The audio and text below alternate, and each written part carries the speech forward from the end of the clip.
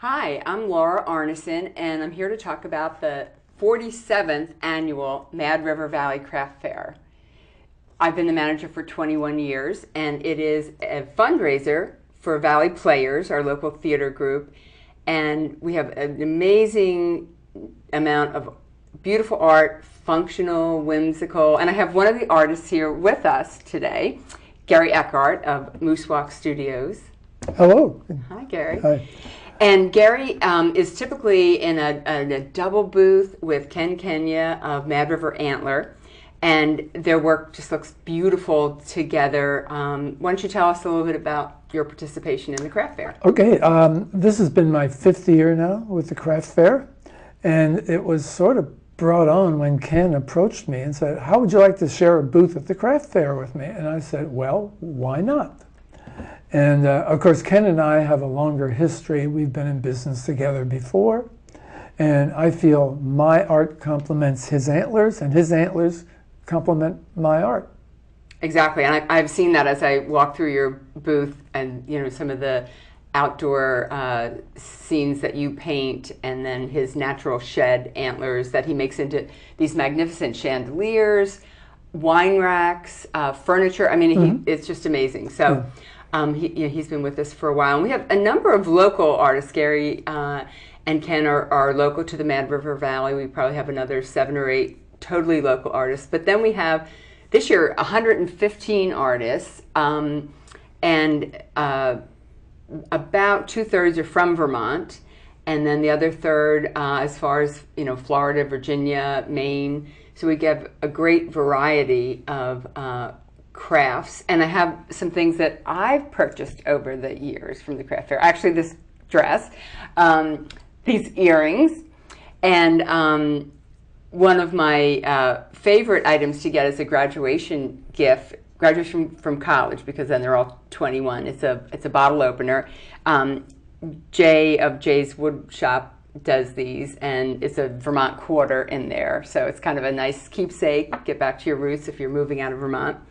And again, through the years, different vendors have done fleece and other clothing. I wore this hat to the Women's March in DC. It's perfect for that. Of course, we have great pottery, some traditional kind of craft things like Santa back here to decorate your house. But we have just a huge variety, not only in the type of art, but the pricing as well. There's jewelry that teenage girls will just love. And then we have Irene Plunky-Godecki, who does fabulous silver and fine gems. She teaches jewelry making in New York City and has a summer home here. And she's been doing the craft fair longer than I have. I've been helping for 21 years, and she is been many years ahead of me. But Valley Players has owned it for a long time, and it's how they fund their building and shows. So it's a great way of artists helping artists. And it's a fun family day too. Yeah.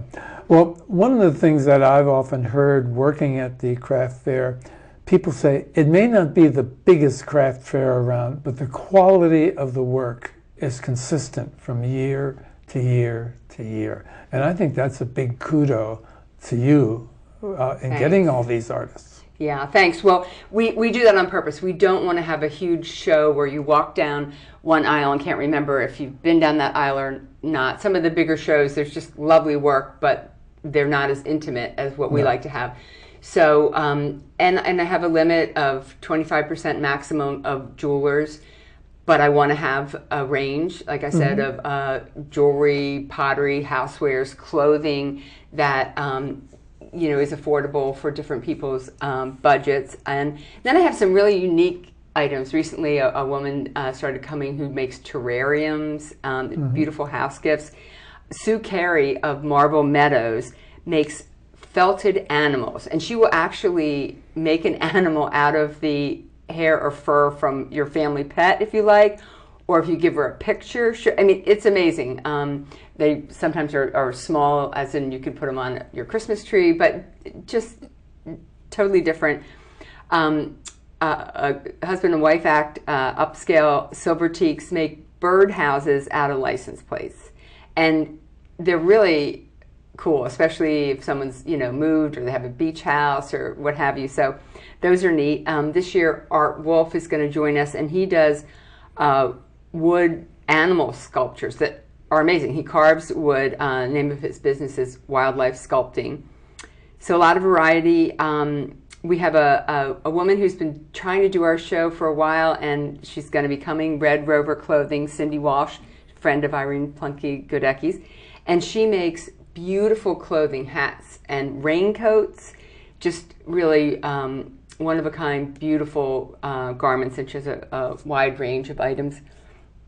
And then we have someone new who's going to do sea glass. Her business is called Shimmer, and she makes jewelry out of sea glass that she finds on the beach, and she makes different decorative items with it as well. So the huge range of art, and thank you, yes, we think it's got a really good feel to it in terms of the quality, and we aim for that. You mentioned that there's lots to do for the entire family. What if part of the family, say, isn't a shopper? Oh, wow. We figured this one out last year. So this will be the second year of our man cave. All adults 21 and over are welcome, but Mad River Distiller has a booth under a tent, and we make it into a really fun room. We bring couches and a rug from Valley Players, because you know they have lots of set material. And Mad River Distillers makes a bar, and you can buy a cocktail and sit in a comfy chair or play ping pong. And so we've had a great start to that, because through the years we've figured out that typically some people don't like to shop, and maybe one half of the couple likes to shop and the other one wants them to hurry up and get out of there. So sometimes they would stay for lunch. We have a great food court, which I'll talk about in a minute. But we said, hey, what if somebody could have a cocktail? So you can, you know, taste their spirits and you can purchase a cocktail. We also have children's activities, a bounce house and face painting. So, you know, kids have something special to do. And as I mentioned, our lunch is good. We have a variety of healthy and not so healthy but yummy items. Juniper Fair will be there again with their hand-cut French fries and their chicken sandwiches and wraps. Three Mountain Cafe will be there with their great lunch items. Mr. Rick's Chuck Wagon, hamburger, hot dog, lots of different grilled cheese things. His sausage sandwiches are to die for. Yes, those are good. Tyler's Lemonade, fresh squeezed lemonade. Wilcox Ice Cream is going to be there. So we have a lot of variety in our food, and we also have music. We have 4 live bands. So great. Each band does half a day. So the craft fair is always on Labor Day weekend, and this year it's September 2nd and 3rd. It goes from 10 in the morning to 5 at night, late afternoon. And so Saturday morning we have the Green Mountain Swing Band, and you know they're a large band, and they play favorites, big band sound, and a lot of us know people in that band, so they have a great sound, really nice background music. Then Saturday afternoon we have a band, another local band, Rob and I'm forgetting the name of the band. So check our website for that. Sunday morning, we have Marie, and she is bringing another friend to sing. And then Sunday afternoon, we have a new band. They're from Nashville, friends of mine, a young man Sheldon Clark, who is a fabulous musician and songwriter. Americana kind of on the road theme, so that'll be fun. So lots of different music. Mama's Medicine is the band that Colleen is in on Sunday morning. Okay. Now you said it opens at 10 on both Saturday and Sunday? That's right, that's right. And what does it cost to get in? Well, parking is free. That's the good news. It's $5 for adults, and it's free for kids 12 and under.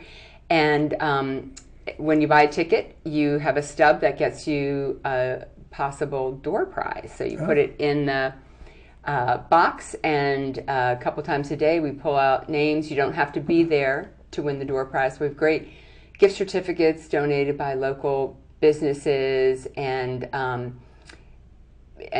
some people win pretty cool things that they get to take home, or I'll mail to them.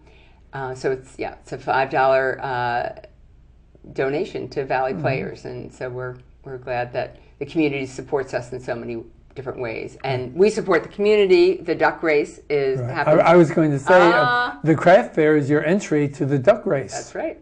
Yeah. So at 3:00 on Sunday, they put all their ducks in the water and they float down, and then we announce the winners for that. So that's Rotary, and it's a tradition Labor Day weekend for us. So that's a lot of fun. Yeah, I know all the artists that we talked to said this is by far one of their more successful craft fairs. And I think it's because of the variety and the quality of the work.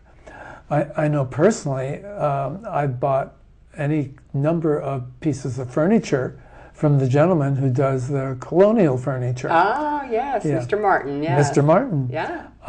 And he's just one of the people. And what is great about this craft fair that I have always noticed is you can see the artist's hand in all the work. I've been to other craft fairs where I wonder, did the artist really make that, or did they just buy it to resell it? Right. But in this craft fair, you can definitely see the artist's hand. And by that I mean, in painting, we say every artist has a style, the artist's hand. Right. And you can see that in the quality of the work at this craft fair. And I love it, with one artist, they have a line of work, and you see that theme, their hand in it. And so sometimes they'll have, note cards or small paintings or big paintings, things that make their work accessible to everybody. And if you like shopping, we have a shopping spree contest.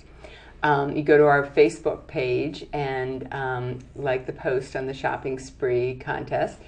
And one person's name is randomly picked, and you get $100 to come shop at the craft fair.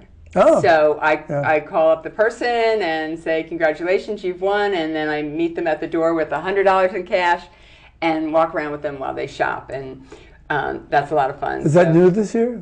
We've had that a couple years, but trying to build our following with social media. Oh, okay. So go to Facebook for that, Mad River Craft Fair page. Yeah, as you said, we're normally so busy in our own tent, we don't get around to see much of what the other vendors do, so we rely on what the public tells us about. Well, we do have a lot of demos going on. Some artists prefer to demo, they're actually doing some of their work in their booth, and then we have a demo spot in the middle, toward the front of the big tent, and we have a program that you get when you buy your ticket, and in there lists the times of the demos and who's doing what. So it's a way to learn more about art. Some years we've had knitting lessons. Sometimes we've had just participatory art. So stay tuned for what we'll have on September 2nd and 3rd. Yeah, I know that's how I initially became involved, is you asked me to do a painting demonstration one year. Yeah.